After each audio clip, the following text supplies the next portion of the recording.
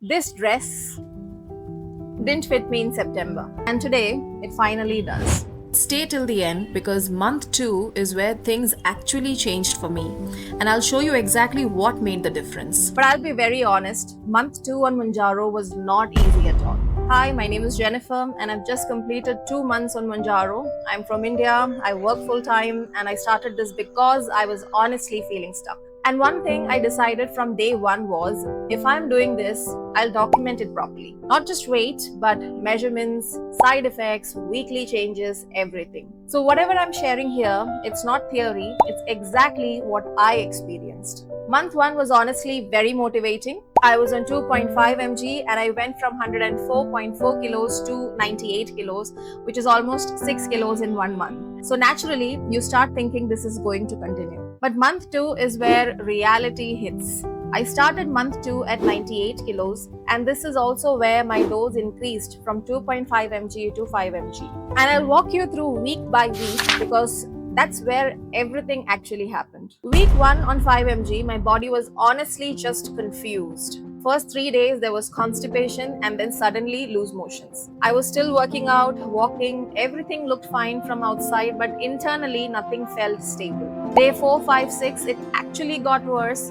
and then day 7, everything just settled. So I think week 1 was just my body adjusting to the higher dose, and my weight went from 98 to 97.85. Week 2, I really thought things would improve. I took my second dose at 97.85. First 3 days, there was low hunger, low appetite, and low energy. But then suddenly, everything came back like hunger, cravings, all of it. And by the end of week, I was at 97.80, almost no change. And mentally, that hits you. You start thinking, is this even working? Week 3 was honestly the toughest. I had nausea, loose motions, vomiting. I had to slow down completely. Then I had travel, my diet went off, energy was gone. And this is where most people quit. I also had that thought, like, why am I doing this? But still, my weight dropped to 96.90. Week 4, things finally started stabilizing. I still had some nausea, there was low energy, but it was manageable. I didn't push too hard, I just kept it simple like walking, basic routine. And today, I am at 95.40. So in month 2, I went from 98 to 95.40, which is around 2.5 kilos. And when you compare that to month 1, where I almost lost 6 kilos, it definitely feels slower. But this is exactly where I almost made a mistake. I was only looking at the scale. And then when I checked my measurements, that completely changed how I saw my progress. My chest went from 45 to 42, my stomach from 48 to 43, my hips from 44 to 39. Even my neck reduced from 15.5 to 14. So even when I felt like nothing is happening, my body was still changing. This was me in December 2024. I remember this photo. I was smiling, but I wasn't comfortable. And then this is from September 2025. I bought this dress for my birthday and it didn't fit properly at all. My stomach was literally bulging. And I remember I was holding my breath in this picture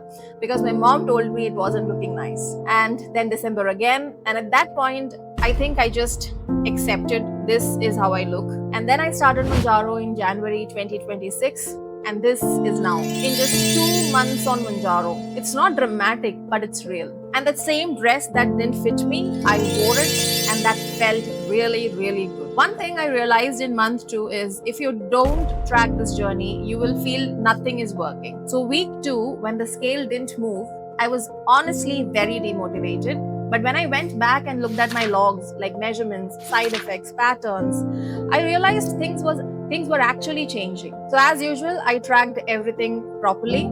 Weights, measurements, side effects, even how I was feeling mentally that day. And that's basically what this tracker is. It's structured in a way where you can see weekly changes, patterns, and not just depend on the scale. A lot of you were asking, so I've just shared the same tracker I use in the description. It's a simple and effective PDF just for $2.99. And I've also put a printed version on Amazon that it's currently under review, should be live in a day or two. I'll update the link in the description for anyone who prefers writing physically. But honestly, you don't need this. You can track it in a notebook however you want.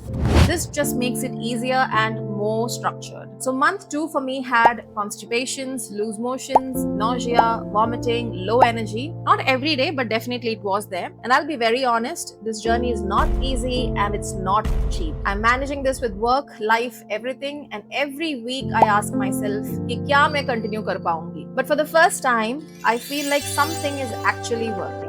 So overall in 2 months, I've gone from 104.4 to 95.40, almost 9 to 10 kilos. And month 2 may feel slower, but it's still progress. For month 3, I know I need to be smarter. I want to focus more on protein, better hydration. I need to stop ignoring side effects and stop overtraining on low energy days. And I'll continue what's working, that is tracking and walking consistently. If you're on this journey, don't expect perfection. Body fluctuate karega, mind fluctuate karega, bas quit mat karo. So if you're on the same journey, just comment I am in, and because I really like to know. Thank you.